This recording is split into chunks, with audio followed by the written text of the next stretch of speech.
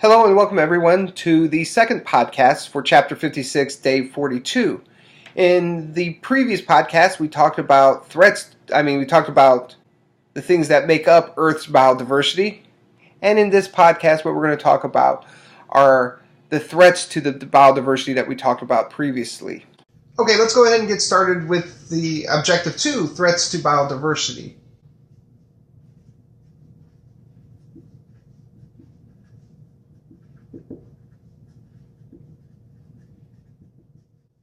And most of these, are really human-caused threats. Things that we as humans, as we have developed, that we have done to various ecosystems that have threatened the biodiversity, threatened either the species diversity, the genetic diversity, or the ecosystem diversity. There are four main threats that we could talk about, and we will talk about. Habitat loss.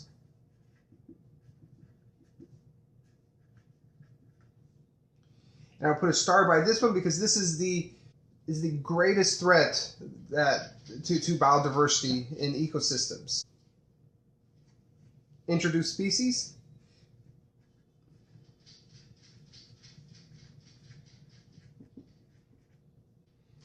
In the media, you may hear these called invasive species.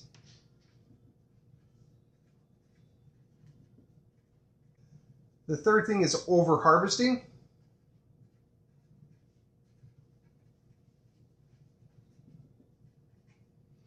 And the last thing is global change.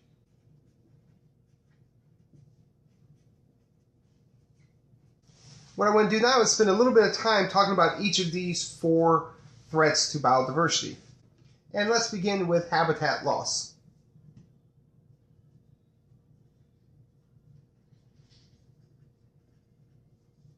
Essentially, what we mean by this is that the habitat that various organisms had previously lived in and operated in, we have encroached upon those habitats, and now those organisms have had to find new habitats or have died because their habitats have been taken away.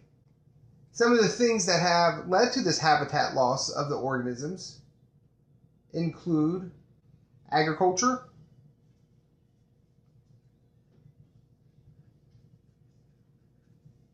and this has been many different areas of it. You can just think of the land loss itself.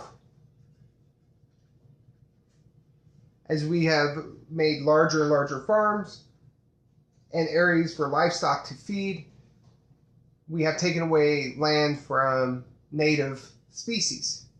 We could also think of this as we've altered in such a way that we have, for instance, maybe put various kinds of chemicals in the land which have affected the habitat of certain species that had previously lived in these areas. Urban development is another big one.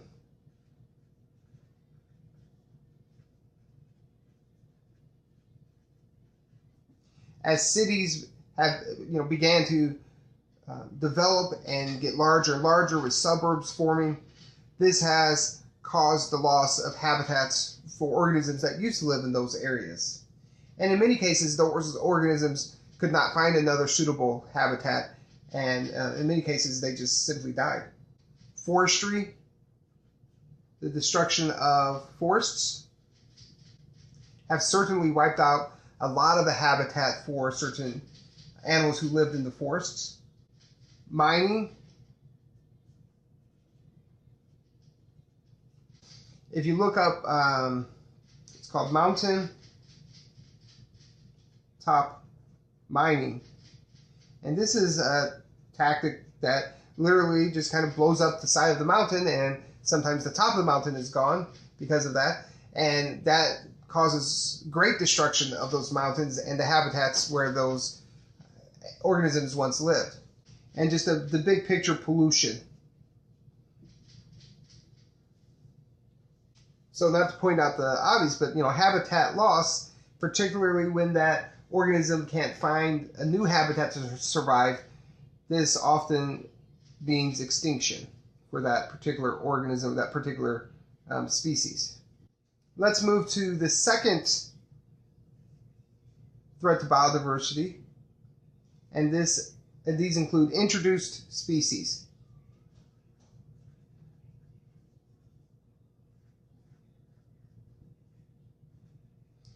These are sometimes also called exotic species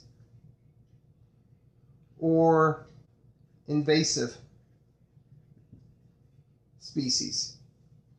And these include species that are moved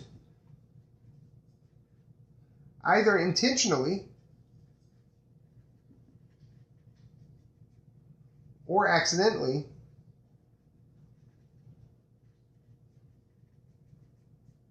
into new geographic regions.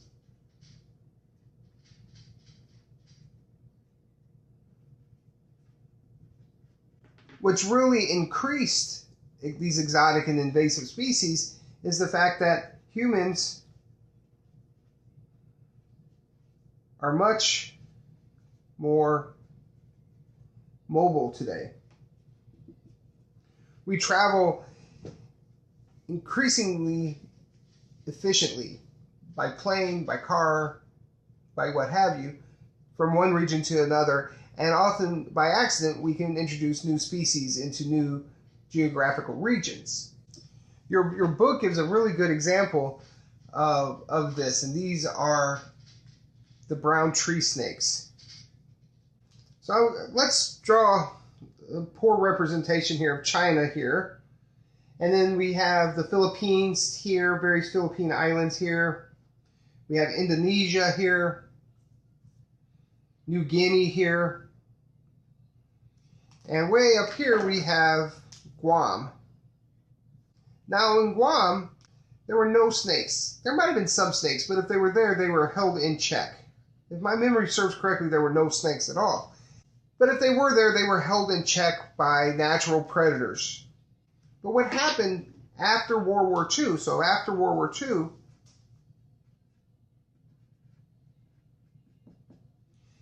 brown snakes from these other islands stole aboard ships as they traveled from different islands. So these snakes over here would have never ever been able to get to Guam. They were too far apart. And now if they stole away on these ships, now they can get to Guam. And that's exactly what happened. You had various species of these brown tree snakes coming into Guam. Once they landed in Guam and got off the ships, again, they weren't intentionally brought to Guam. They just stole away in various military cargo. And when those cargo were delivered to Guam, the snakes were accidentally released. And now on the island, there were no natural predators of these brown tree snakes. They lived in trees, and so they feasted upon all the birds and the eggs within the trees. Over those, say, 50 or so years, these brown tree snakes in Guam have caused 12 species of birds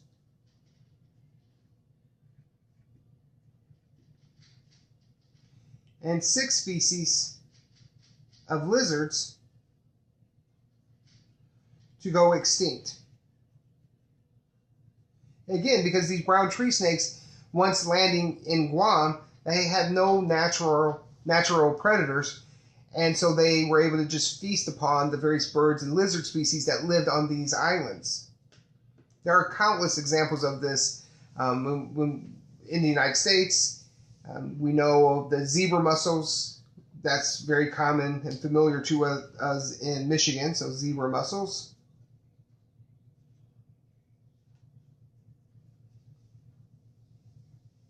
The Asian carp is an example that comes to mind as well. Fire ants is another one that pops up every now and then. So these have all been accidental introductions of species. However, there are some examples where we have purposely introduced species. So let's list a couple of those examples as well. And your book mentions some of the classic examples, so let's go ahead and mention these as well. There was this Asian plant called kudzu. It grows pretty well, and they thought it would be a great plant to introduce in the southern part of the United States to reduce erosion. It did reduce erosion, but it grew so well that it overtook many of the native species in the southern part of the United States. And this one's kind of silly. And these are the starlings that were introduced. These are a bird species. They were introduced to New York Central Park. And I say this was silly because there didn't really tend to be any good idea for this, except they were trying to recreate the plants and animals that were mentioned in Shakespeare's plays.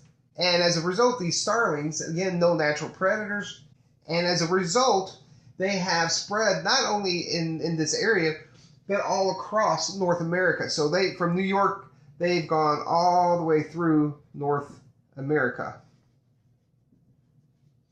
And right now there's well over, so greater than 100 million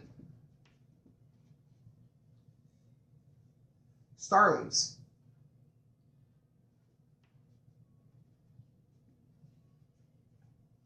As a result, this place has kind of kicked out many of the native species, because these starlings now were better equipped to take advantage of the natural resources that were here.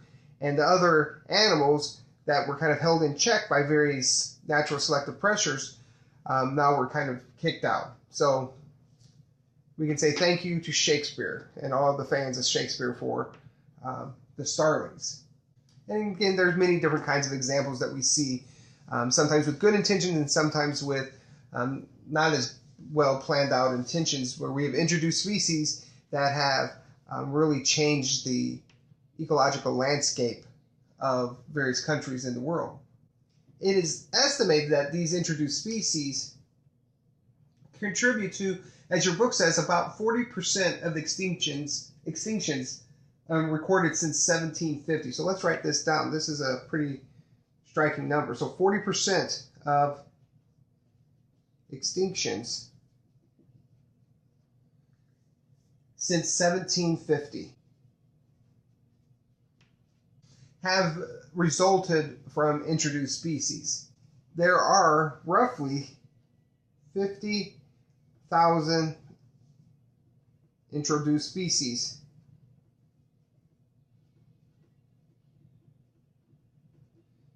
in the U.S. alone. Okay, let's talk about our third threat to biodiversity, and this is overharvesting. And this simply just means harvesting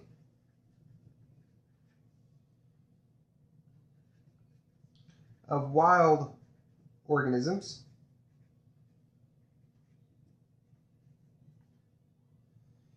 at rates exceeding their ability to rebound.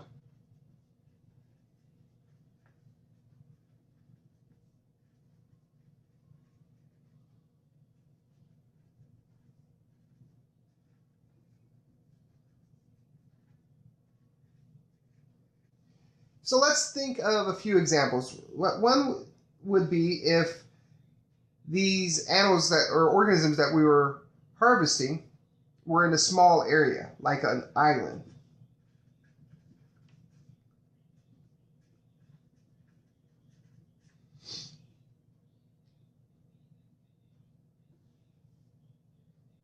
It's harder for certain organisms to rebound after being harvested because of limited resources found on these smaller islands. And a classic example of this is the auk. This is a flightless bird like the penguins that use their wings for water propulsion as opposed to flight. Humans harvested them for their feathers. They would eat them, and so they would take their meat and their eggs as well. And we over-harvested them to the point of where they became extinct. Another thing to be concerned about when we're thinking about harvesting is large animals.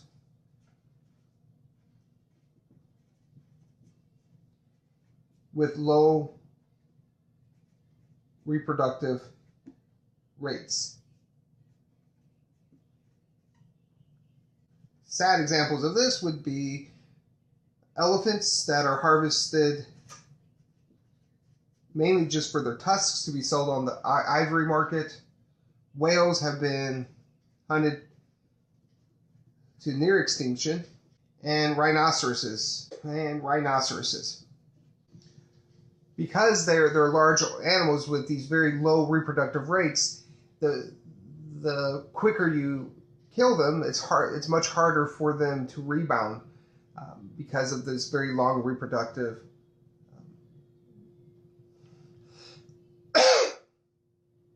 because they're these large animals with low reproductive rates, it's very difficult for these organisms to rebound after a harvesting of them, after we kill these animals for various reasons. And because of this low reproductive rate, they are very susceptible to overharvesting. Luckily, we have recognized this, and measures have been put in place to limit the harvesting or protect them by making it illegal to harvest many of these animals like elephants and whales and rhinoceroses. Well, not all whales, but some. Now, unfortunately, though, that doesn't mean they're safe, because we still have poachers out there who will go after these animals because of the black market value of them. So our fourth way that biodiversity is being threatened is global change. So global changes alters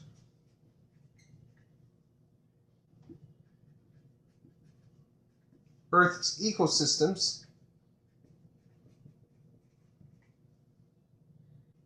from regional to global scales. These include anything that alters the climate,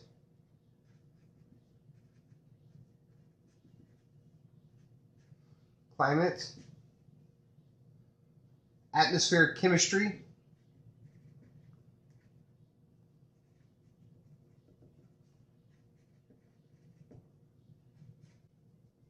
anything that alters ecological systems.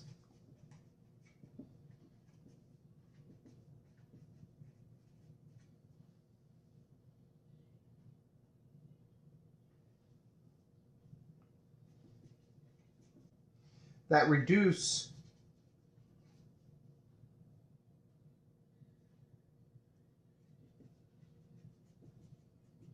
Earth's capacity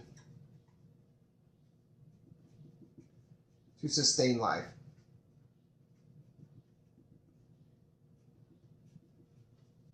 We'll talk in another podcast here about global warming and ozone effects, but let's spend a little time talking about acid precipitation, or acid rain, as you often may hear about it in the media. So what is acid precipitation? Well, here's our Earth here, and we know that various clouds here form, and we know we can have precipitation coming down. Now, this precipitation coming down can be snow, it can be rain, it could be sleet, it could be even fog. And this is a natural thing. And as long as it's at a fairly neutral pH, say, 6 to 7 pH, it's okay. But what's happened is that we're seeing a much lower pH coming down in snow, rain, sleet, or fog. And this pH of anywhere from 4 to 4.5, but really anything less than 5.2 is a problem. And so why is this happening? Why is this precipitation coming down from the atmosphere, snow, rain, sleet, fog, in recent years? And when I say recent, I mean from like the 1960s or so. Why has it decreased in pH? Why has it become more acidic? Remember, lower than 7 is acidic. Well, the burning of various fossil fuels on Earth, either from a car We can't get by with this last podcast not having some of my wonderful drawings in it. It could be a factory, a coal factory, say, burning wood. Any of these things are going to release various oxides into the environment. So some of the big culprits are sulfur oxide,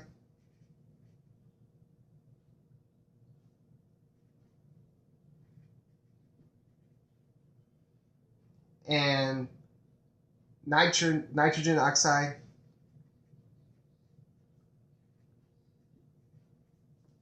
and when they are in the environment, what they will do is they will interact with water, and when they interact with water, they will now decrease the pH to less than 5.2. And as we said here, that is when we start talking about acid precipitation or acid rain, as we may hear about it in the media. So as these oxides are being released into the atmosphere, they're interacting with water in the atmosphere. This water then now comes back down to the earth in the form of snow, rain, sleet, or fog at this decreased pH. When it hits the earth, it can harm various aquatic or terrestrial organisms that have adapted for thousands of years at this fairly neutral pH. Now when you drop it, 1 to 2 pH levels, that is a significant change, and that affects their ability to survive. Your book mentions a couple of examples here that we should just at least list. We don't have to spend much time talking about them. So one, organisms in eastern Canada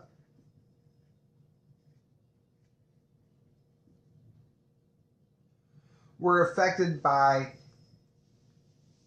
factories in the Midwestern United States. So the factories in the Midwestern United States were kicking up these oxides, and the oxides were causing this acid rain to come, and the acid rain didn't care that it was being formed in the United States. It was affecting the organisms in Canada as well. So what happens in one country really affects the rest of the world. Another example are fish in Norway and Sweden, two countries who have traditionally had fairly strong anti-pollution laws. However, they were losing these fish because in Great Britain, they did not have the same kind of stringent rules, but that global change, that change in the acid precipitation affected the fish in Norway and Sweden. So that affected these two countries significantly. The good news is that we've recognized a lot of this that we were causing, and various regulations, environmental regulations, have been put in place to reduce these oxides being emitted into the environment. And we have seen an increase in the pH of precipitation in areas where the acid precipitation was quite low. So now we're starting to see an increase.